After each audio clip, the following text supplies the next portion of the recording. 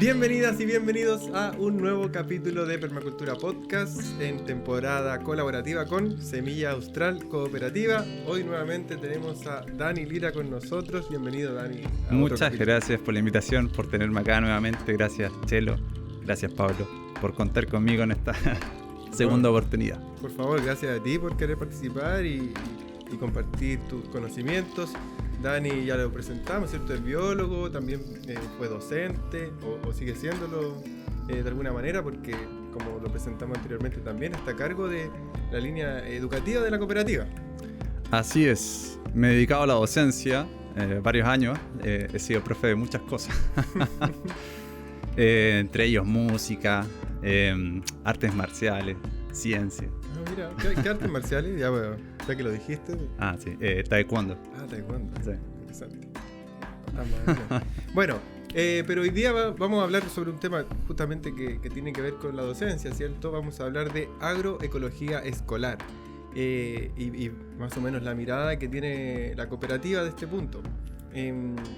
Entonces, para comenzar me gustaría preguntar ¿por qué hoy estamos tú y yo aquí sentados hablando de agroecología escolar? Porque es importante que este tema se converse y se divulgue, ¿no?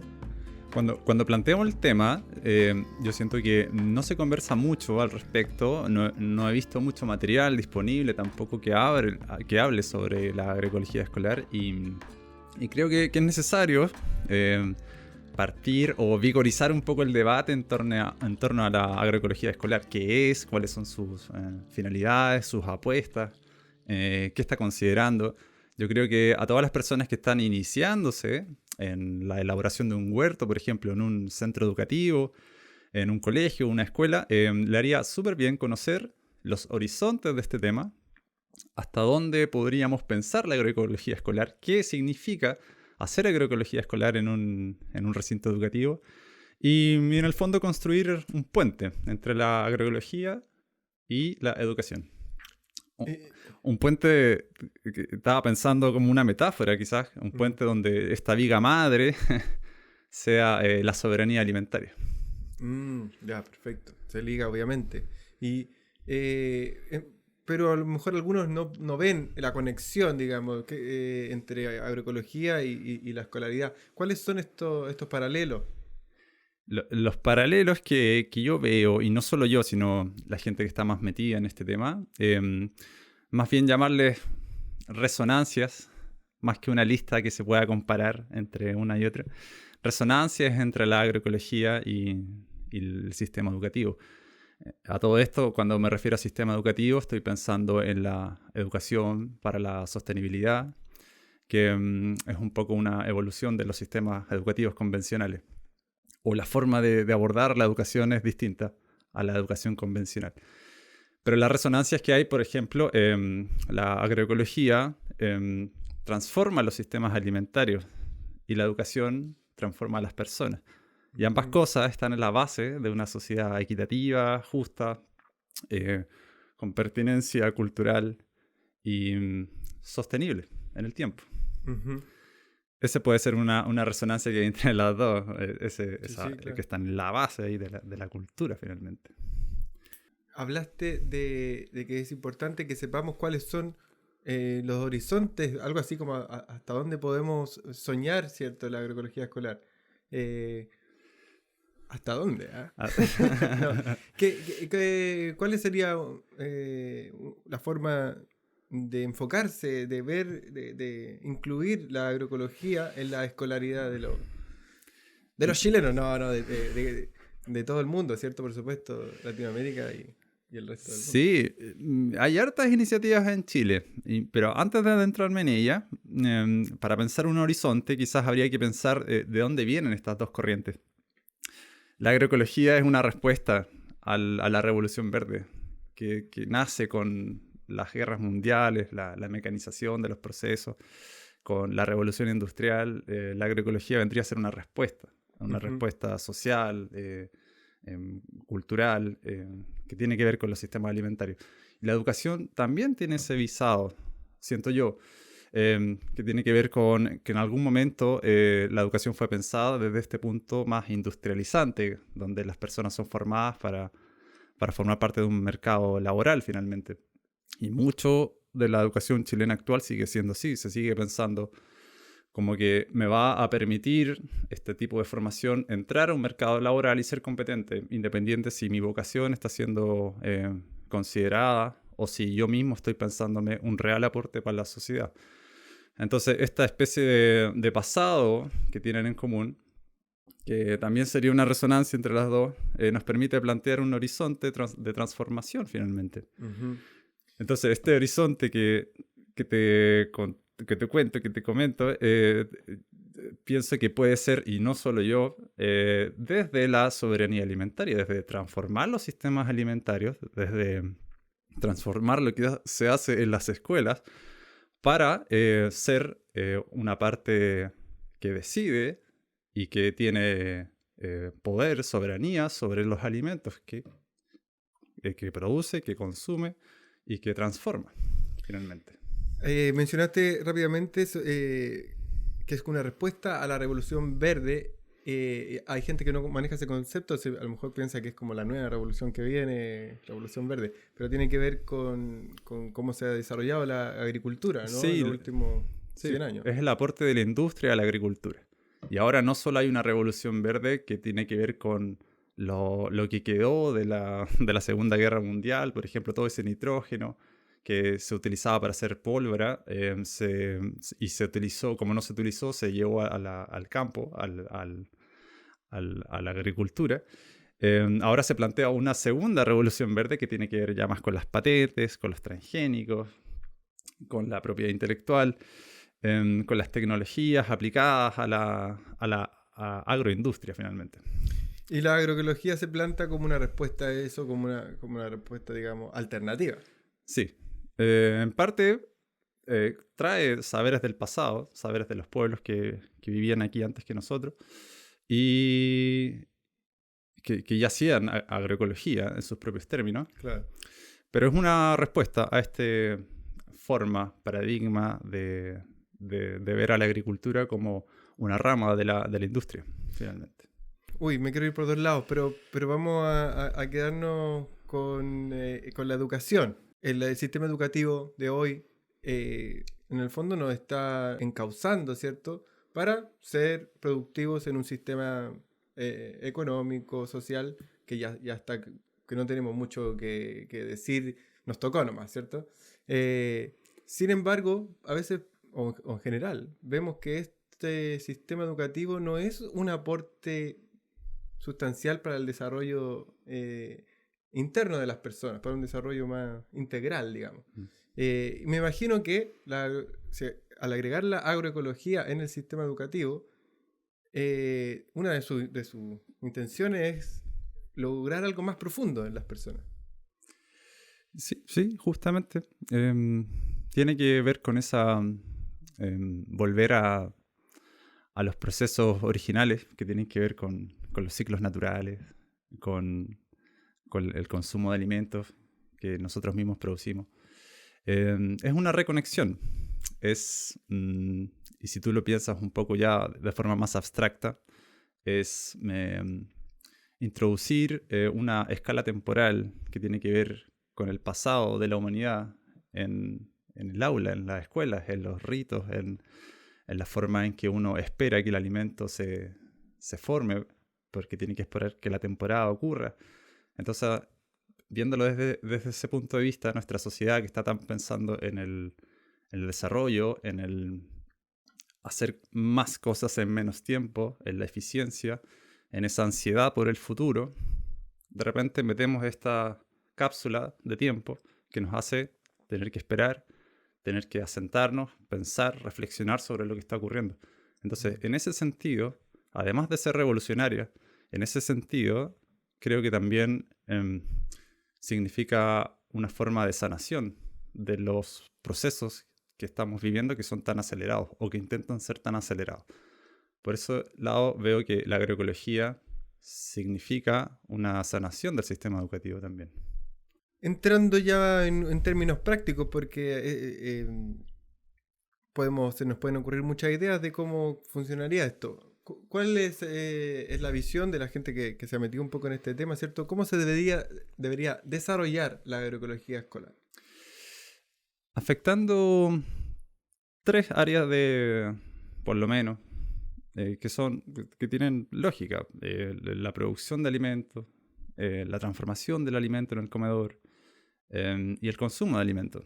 Saber de dónde efectivamente viene la alimentación que tenemos. Y hay varios esfuerzos por lograrlo. Hay hartas personas que están involucradas en este tema ya hace mucho tiempo, pero siempre siento yo que son esfuerzos aislados, que no tienen una conexión entre ellos, o muy escasa, y no logran perdurar en el tiempo. Por lo general, cuando se habla de un huerto dentro de una escuela, es porque alguien muy motivado lleva la batuta ahí y desarrolla un proyecto que termina a fin de año. Y ya en las vacaciones, o en enero y febrero, ya nadie lo toma. A nadie le importa o simplemente se pierde ese proyecto. El profesor se puede ir, se puede desvincular y hay que esperar que otra persona con esa motivación tome el proyecto educativo. Entonces, hay interés, hay movimientos, hay personas que están involucradas, pero no alcanzan a cuajar en un cambio en la forma de trabajar la educación desde la agroecología. Y yo pienso, y no solo yo, que la agroecología escolar tiene que ser tomada por esta área de la soberanía alimentaria, que es la forma que nos relacionamos con el alimento y ojalá tratando de incidir o transformar definitivamente la alimentación de las estudiantes y la comunidad educativa. Tendría que ver directamente con la alimentación en la escuela. Hay muchas escuelas en que los alumnos comen ahí. ¿Por ahí crees tú que debería ser más o menos apuntar, atacar? Que la participación, la creación de alimentos se vea reflejada directamente en la nutrición, en el día a día, en el fondo, porque la comida es todos los días. Sí, es lo que tenemos en común todos los seres humanos. No es porque sea solamente un derecho, sino porque es algo que vivimos diariamente. Finalmente, la ciencia, por ejemplo, se encarga de cuestiones que pueden ser muy abstractas, que están en campos súper específicos, especialidades súper complejas, que nos hacen cuestionarnos un poco a las personas que estamos en contacto directo con la realidad, ¿qué de eso nos sirve efectivamente? Entonces, si nos empezáramos a cuestionar ya más científicamente sobre lo que vivimos diariamente, lo que hacemos diariamente, las cosas que comemos diariamente, creo que seríamos personas mucho más nutridas y podríamos escalar en nuestra forma de ver el mundo. Bueno, se dice, ¿no? Muchas veces se comenta años después que uno sale del colegio, ¿no? ¿Y para qué me sirvió el cuadrado del binomio? No sé, o tantos conceptos que, claro, tienen una importancia gigante en el desarrollo cultural de la humanidad hoy por hoy, pero en el día a día yo no veo cómo lo aplico, ¿cierto? No obviamente estoy ocupándolo siempre en diferentes tecnologías, qué sé yo, pero no tiene como una incidencia tan directa en mí. En cambio, por ejemplo, la alimentación, si yo cultivo mi lechuga, por decir, es tan directo el contacto, la experiencia, ¿no? Sí, yo no creo que no sirvan para nada, o solamente que quizás habría que ver un poco más profundo, que las formas que utilizamos como, para entender ese tipo de acciones, ese tipo de conocimiento, nos puede ayudar a aplicarse en otros contextos. Entonces quizás la matemática del cuadrado binomio no me sirva nunca de nada, pero todas esas reflexiones que hice para entender y todos esos desafíos que viví para pasar por esas etapas y llegar a comprenderlo, puede que sea lo útil finalmente. No, sí, yo no estoy hablando de que esté mal aprenderlo, ni mucho menos, y no quise atacar a la docencia. Pero es la sensación que hay en muchas personas, ¿no? De salir del colegio y recordarlo, lo que aprendió o no aprendió, ¿cierto? Es decir, esto en realidad no me servía. independiente de lo que tú estás diciendo, claro, yo estoy de acuerdo también. Todo ese ejercicio mental seguro que es práctico, ¿no? Hay más de algún músculo en el cerebro Sí, sacamos. sí. Nosotros ya hablando desde la cooperativa siempre hemos pensado que la educación tiene que estar encarnada finalmente. No puede ser simplemente conocer de los libros algo teórico, algo que suena muy bien en el paper, en la literatura, pero que nunca voy a llevar a cabo. Entonces, y esto rige mucho el paradigma computacional que por mucho tiempo se entendió en la educación, donde pareciera que las personas que estudian o aprenden son meros computadores en los que tú introduces información, se procesa y hay una respuesta acorde a esa. Bueno, ese modelo que ha permeado durante muchos años la educación y todavía sigue haciéndolo en la educación más convencional, es súper destructivo, finalmente. No somos computadores, no vamos a ser nunca computadores que meramente procesan información. Entonces, la mirada que va al otro extremo es algo que se encarna, que se vive. Y qué mejor forma que encarnar el conocimiento que aplicándolo. Por eso siempre hemos dicho, la huerta es el mejor aliado pedagógico en las intervenciones que se hacen dentro de la escuela. Y ojalá que esas intervenciones que se hacen dentro de la escuela tengan repercusión en la comunidad y en la localidad en la que están inmersas. Por eso, aportando un poco a la definición de agroecología escolar, es definirla dentro de términos comunitarios. En lo práctico yo me estoy imaginando, porque si estamos hablando de que tenemos que incidir en la alimentación mismo, estoy viendo que hay que cultivar el alimento, ¿cierto? Pero también se podría mezclar con otras materias, ¿cierto? Podría ser todo un proceso complementario. Podría estudiarse, bueno, desde historia, ¿cierto? Para ver cómo ha sido la historia de la agricultura, qué sé yo, hasta en matemática me imagino que también podría aprenderse a través del huerto de alguna forma. Sí, conviven hartos saberes que dentro de la agroecología y dentro de la agroecología escolar, que es una práctica escolar, conviven saberes que son científicos, como la matemática, las ciencias, la química, la biología, pero no solo los saberes científicos, que muchas veces son presentados de una forma un poco ingenua, porque se asume que la realidad es independiente de nosotros muchas veces. Lo he visto, que se plantea como que el mundo exterior es algo que debe ser estudiado simplemente mediante la observación y que es como lo que está allá afuera. Y nosotros somos meros espectadores de eso que ocurre. Cuando ya se presenta de esa forma, dan ganas de plantearse a la educación o lo que ocurre dentro de la escuela como algo que también es cultural. Entonces, hasta la ciencia termina siendo una manifestación de la cultura. Entonces, se dan esos saberes científicos que son manifestaciones de la cultura, pero también se dan saberes que no son netamente científicos. Se dan saberes que pertenecen a los pueblos originarios, se dan saberes ancestrales, campesinos, y se dan al interior saberes que tienen que ver con movimientos sociales. Entonces, la agroecología escolar es un poco una suma pluridimensional, o como le llaman, pluriepistemológica, de distintos saberes que conviven al interior de esa instancia, que es la huerta, que es la forma de hacer alimentos, y que definen finalmente la agroecología escolar.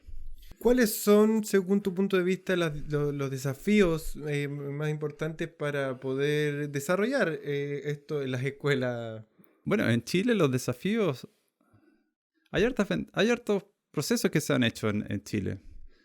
Desde el Ministerio del Medio Ambiente está este programa de certificación ambiental, que es una apuesta a que los colegios se dediquen a tener acciones ambientales, independientes si están todas ellas conectadas entre sí. Quizás pueden ser hitos aislados que ocurran, pero lo importante ahí es la continuidad. Aún así, ese sistema presenta desde mi punto de vista, algunas incongruencias, porque, por ejemplo, tenemos la certificación ambiental, pero de acuerdo a un dictamen del Ministerio, no podemos consumir los alimentos que producimos en nuestra huerta. Porque ¿Cómo eso? ¿Qué está pasando? hay leyes específicas y conversándolo un poco con el colegio en el que asiste mi hija, em, hay, hay problemas con consumir los alimentos que no han sido higienizados. Si no vienen en un paquete Con su buen plástico. sellado con su buen plástico, no puedes consumir lo que está nada que no sea eso. Entonces, Dentro de la institución, de la escuela, digamos. claro, por todo el miedo que hay con que algún alumno o algún niño o niña se enferme, y eso podría ser mucho más. Pero es el miedo lo que nos mueve en ese sentido.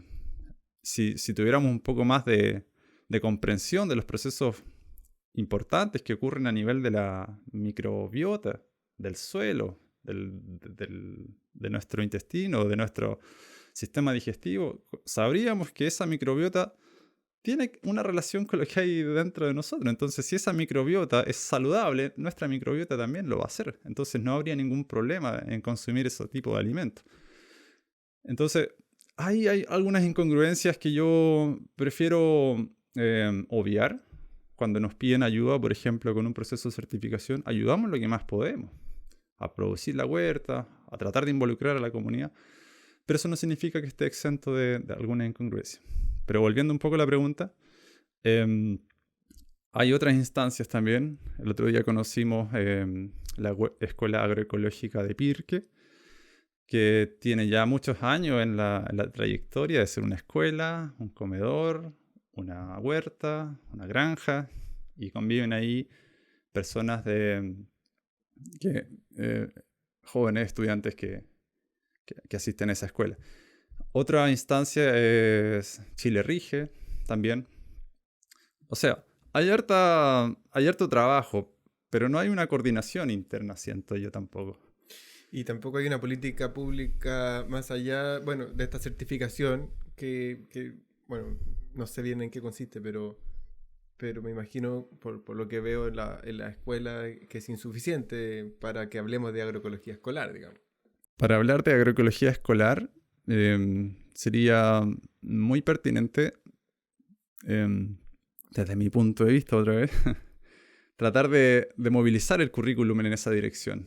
Y no solo tratar de adaptarse a lo que el currículum propone y que pareciera ser inamovible. El currículum son todas las propuestas que exige de alguna forma el ministerio para que se cumplan con la cantidad de contenidos que queremos introducir en los procesos educativos.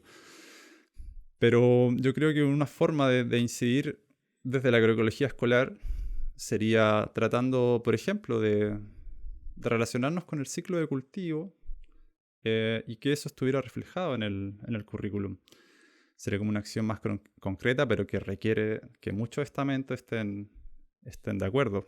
Pasa que va en contra un poco de la industria. Así, o un poco bastante, ¿no? Porque, Sí. por ejemplo, cuando hablamos de respetar los ciclos, decimos, ok, vamos a comer tomate en el verano, ¿cierto? Y la industria no quiere eso. La industria quiere venderte el tomate todo el año porque se consume y la gente lo busca. O sea, yo quiero tomate casi todo el año, qué sé yo. Entonces, me parece que por ahí va tal vez el roce, ¿no? El por qué es complicado avanzar en esa dirección porque vamos en contra de la base del sistema educativo. Sí, se ha planteado explícitamente que la educación es un bien de mercado. Es generar mano de obra que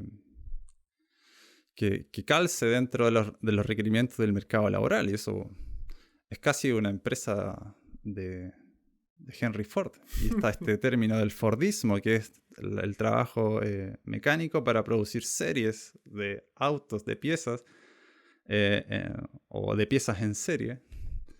Y así un poco se planteó la educación. Ahora está cambiando. Ahora hay nuevas perspectivas, hay ejemplos de otros lugares que nos hacen pensar que la educación no puede ser eso.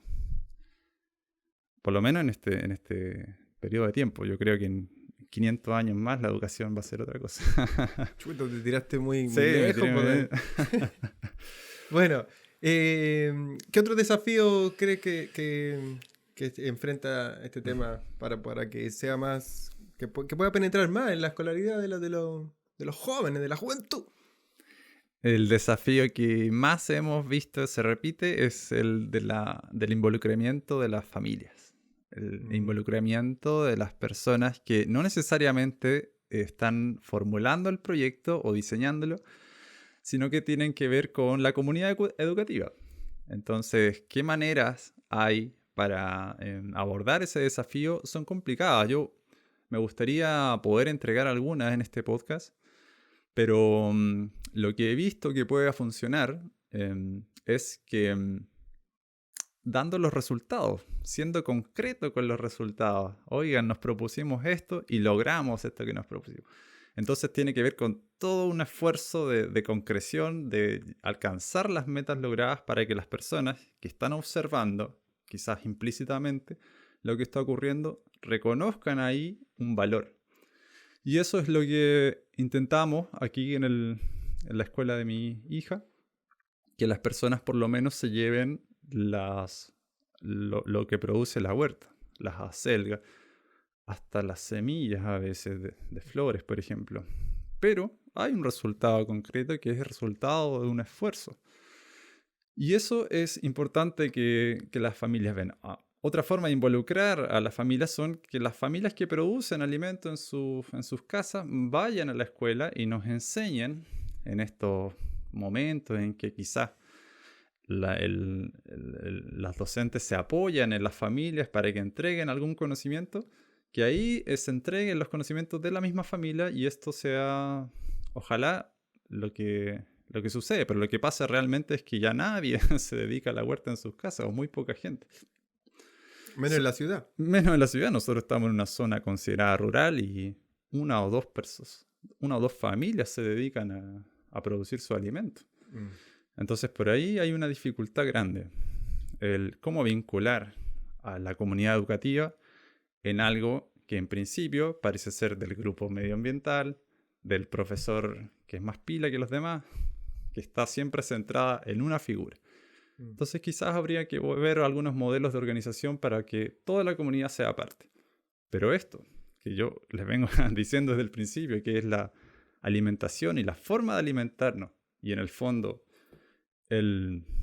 la soberanía alimentaria de la escuela, yo creo que ahí tendría mucha mejor llegada a este tema para las familias. Claro, en el fondo yo lo que veo es que cuando es solo un taller, que está súper bien, tiene un límite, ¿cierto? Está como destinado a que se acabe cuando se acabe ese taller. Entonces dura ese momento, se disfruta en general, creo yo, los niños y los jóvenes disfrutan con el contacto con la tierra, siento yo. Obvio que hay de todo, ¿cierto? Pero en general. Sin embargo, como no es algo integral que viene, que está permanentemente en el discurso educativo, sino que es como una actividad extraprogramática casi. Y siento que ahí es donde se debilita su trascendencia. Por eso esta idea de poder afinar el currículum, y yo espero que en algún momento de la historia de la educación eso ocurra ya de forma natural y que no solo esté sesgado en las escuelas agrícolas, por ejemplo, y que tenga una incidencia real en todo el currículum escolar de colegios humanistas, de colegios técnicos, de forma de generar esta conciencia, esta noción de que somos dueños de nuestras decisiones sobre la alimentación. Yo creo que ahí es clave hacer la incidencia. Claro.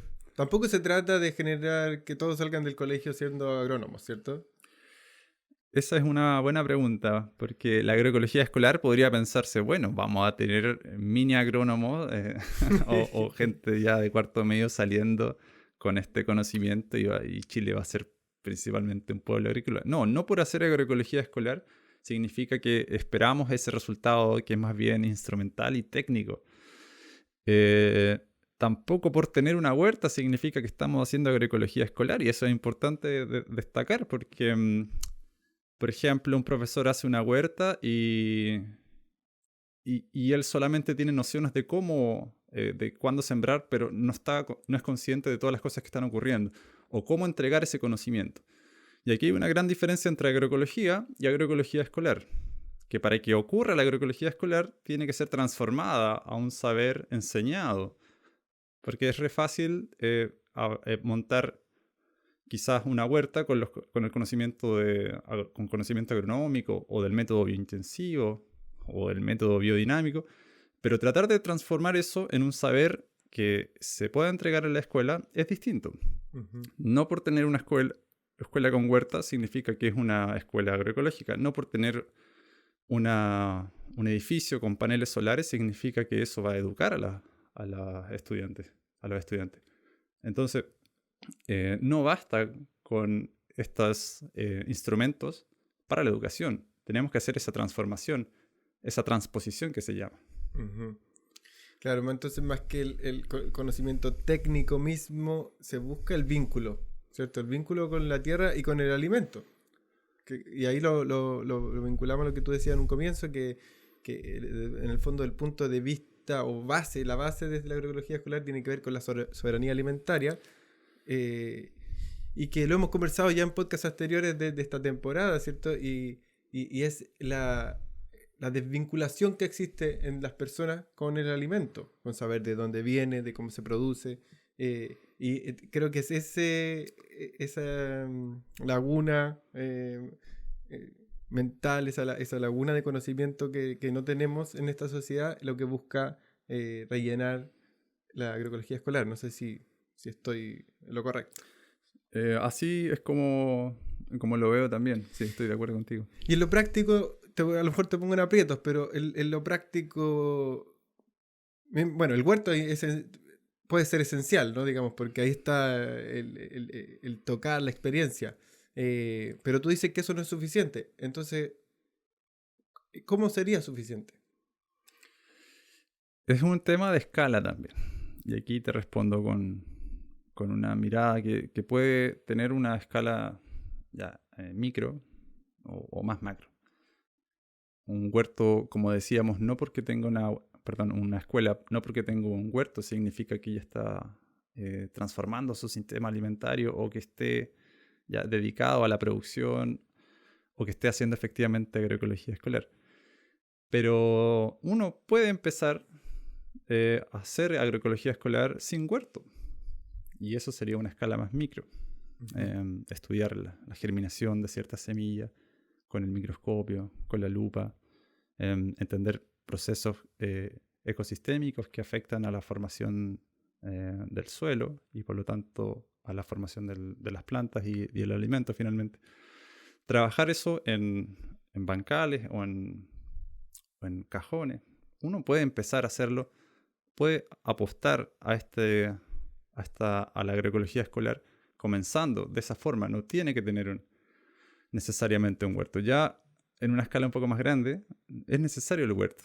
Y a otra escala más grande todavía podríamos pensar a la comunidad como importante en todos los procesos de creación, producción, consumo de alimentos. Entonces, yo creo que es un problema de escala. Si lo vemos a distintas escalas, podemos estar pensando en agroecología escolar, empezándola, continuándola o desarrollándola ya a un nivel que tenga una incidencia local, uh-huh, que tenga una incidencia en la comunidad en la que está esa escuela.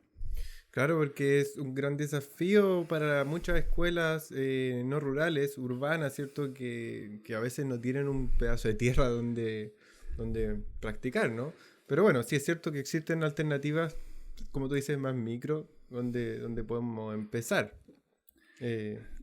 Nosotros estudiamos en una escuela donde no había ni un centímetro de cemento, o sea, ni un centímetro de suelo.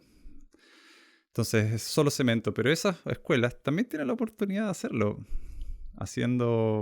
construyendo camas elevadas en neumáticos, en cajones. Lo importante es la motivación. Claro. Es querer hacerlo. Pero, claro, esa motivación, como tú decías, muchas veces existe y queda en el taller o queda en el profe que le puso ahí la intención, pero es diferente cuando viene del currículum, ¿cierto? Ese es el objetivo, en el fondo. Meter esto en el currículum también significa un futuro mejor, porque vincularnos al alimento, a la producción de alimentos sano, va, como decíamos hace un rato, en contra de este sistema de producción desenfrenado. Sí, fíjate, podemos pensar a la agroecología, ya volviendo a la agroecología, como este bypass que hay entre los productores y los consumidores, saltándonos todas estas empresas intermediarias que están vendiéndonos lo que producen los productores, que son muy pocas respecto a la cantidad de productores y muy pocas respecto a la cantidad de consumidores. Entonces, haciendo ese bypass, nos demuestra que se puede transformar el sistema alimentario. Estoy hablando de algo que es súper abstracto quizás, porque transformar el sistema alimentario significa transformar los hábitos, transformar la concepción del alimento de las personas, y eso puede ocurrir en la escuela. No sé si fuera de ella, con todo el poder de la publicidad y el marketing, y que te venden todo lo que sea que genere bienestar para otros, no para ti. Entonces, por eso es tan importante pensar a la agroecología dentro de la escuela también. Uh-huh. Por eso este capítulo tiene esa intención de sacar de su estado de conformidad y de confort a las personas que están a cargo de un proceso educativo, no solo a los docentes, también a los directores de escuelas que quieren hacer un real cambio en los hábitos de los estudiantes. Y así lograr transformar mediante algo que es súper cotidiano, que es súper del día a día, las nociones y los hábitos de estos estudiantes. Pienso en grandes pensadores o maestros, ¿cierto? Hace algunos años Claudio Naranjo se esforzaba diciendo que por la educación podía venir el cambio del mundo, ¿no? Y así también muchos otros. Y a veces uno se pregunta, bueno, ¿cómo? Porque sí, otras técnicas, qué sé yo. Pero aquí hay un cómo bastante claro. O sea, si nos vinculamos a la producción de alimentos saludables y agroecológicos desde los niños, si eso se incluye en la escuela, hay inmediatamente un cambio de cómo miro, de cómo veo un poco la vida. Sí. Y esos cambios deberían tener repercusión en sistemas de toma de decisiones, en lugares donde se tomen decisiones, para que ocurran realmente. Esa es la cuestión, ¿cómo llegamos a esta gente? Sí, yo creo que iniciativas como esta, de liderar conocimiento o de mostrar perspectivas a personas que están involucrándose o que están comprendiendo estos temas, de a poco va a ir sembrándose la semilla para que germine cuando el suelo tenga la fertilidad que necesita esa semilla. Uh-huh. Entonces, son procesos lentos. No se va a lograr de un día para otro, no se va a lograr de un año para otro tampoco. Y eso es un poco... Y aquí quizás verlo como la incidencia que tiene la educación en la cultura. Entonces todos piensan, la educación genera profesionales, pero esa es una incidencia de 10, 12 años, que no se ve mucho más reflejada que en una cifra. Por ejemplo, la cantidad de personas empleadas o la cantidad del Producto Interno Bruto, no sé. Pero esta incidencia es diaria. Esta incidencia en la cultura puede ser en un periodo de tiempo mucho menor. Y también me parece a mí que en cosas que no tienen precio, ¿no? Por ejemplo, la salud de las personas, que sin duda mejoraría con una alimentación más sana, con menos químicos, etcétera, etcétera, con mayores nutrientes en los mismos alimentos, incidiría en la salud. Y la salud es algo que la gente está dispuesto a gastarse la vida si es necesario por tenerla mejor, porque es terrible tener problemas de salud, ¿no? No queremos estar ahí y es algo que pasa permanentemente en la sociedad. Sí, aquí yo apostaría más que a la alimentación, a la nutrición. Son dos términos que se parecen, pero pueden estar a años luz. No entremos ahí tema para otro capítulo tal vez. Dani, estamos llegando al final de este capítulo. ¿Tiene algo que se te quede en el tintero que yo no te haya preguntado? ¿O ya vamos a cerrar? Por mí, he dicho gran parte de lo que pensé decir en algún momento. Ya, perfecto. Dejémoslo aquí hoy, porque claro, si entramos ahora en temas definamos nutrición, alimentación, y creo que nos entramos en otros temas que tenemos podcast para seguir. Así que nada, te agradezco por tu tiempo, por compartir con nosotros y compartir con todos los que nos escuchan. Y agradecemos a la Chelito atrás de cámaras. Y eres bienvenido cuando quieras volver. Siempre tenemos una lista ahí. Esperemos que Dani nos visite una vez más en esta temporada. Y eso, muchas gracias. Gracias a ti, gracias Chelo. Hasta la próxima. Bueno, y a todos ustedes, por supuesto, los dejamos invitadas a que nos escuchen, a que nos sigan en redes sociales, también a Semilla Austral Cooperativa, en Instagram, en Facebook, ahora al podcast en YouTube y, por supuesto, en su emisor de podcast favorito, Spotify, Apple Podcast, etcétera, etcétera. Siempre los invitamos a que compartan, a que le pongan ahí sus comentarios para que se mueva la cosa. Todo eso siempre es bienvenido. Y también les invitamos a que visiten Diseña tu Tierra, la página que tenemos ahí con Chelo de diseños permaculturales y arquitectónicos. Sería todo por hoy. Muchas gracias. Muchas gracias. Que tengan linda semana. Les mandamos un fuerte abrazo. Esto es Permacultura Podcast.